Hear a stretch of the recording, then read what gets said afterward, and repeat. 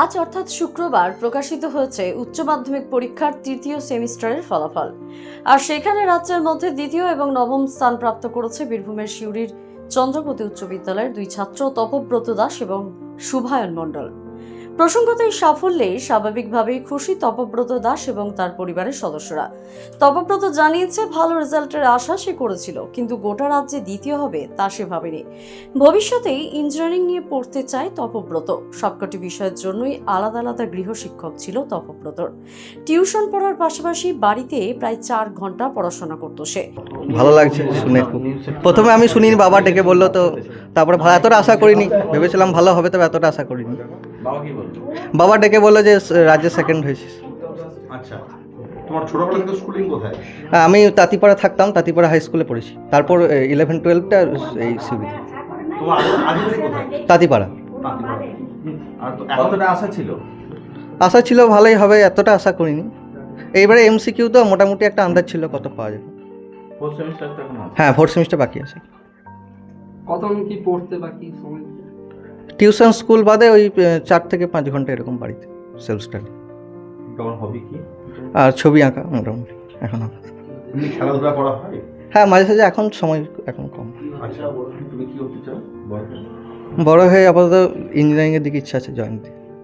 এই স্কুলেরই আরও এক ছাত্র শুভায়ন মণ্ডল রাজ্যে নবম স্থান অধিকার করেছে। এই সাফল্যে খুশি ছাত্র এবং তার পরিবারের লোকজন। ওই ছাত্র জানিয়েছেন, মাধ্যমিকে 1 নম্বরের জন্য মেধা তালিকায় তার নাম ওঠেনি। সেই আক্ষেপের জেদ থেকেই পড়াশোনা করেছে। আগামী দিনে চিকিৎসক হওয়ার ইচ্ছা রয়েছে তার। খুব ভালো লাগছে এবং খুবই উৎফুল্ল মনে হচ্ছে। মা বাবার খুব ভালো লাগছে।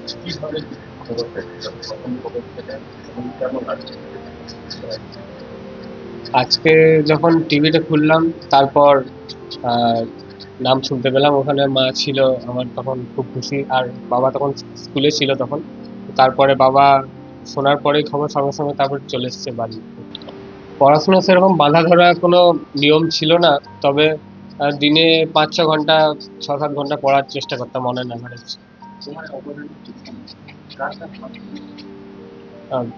এই অবদানের পিছনে বাবা মার সব থেকে বড় ভূমিকা রয়েছে। এছাড়া স্কুলের শিক্ষক শিক্ষিকা এরা খুব সাহায্য করেছে।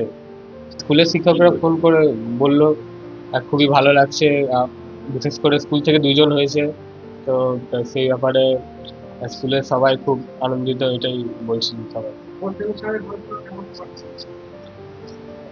চলছে প্রিপারেশন, সঙ্গে মেডিকেলের প্রিপারেশনও চলছে, ওই জন্য ভালোই চলছে।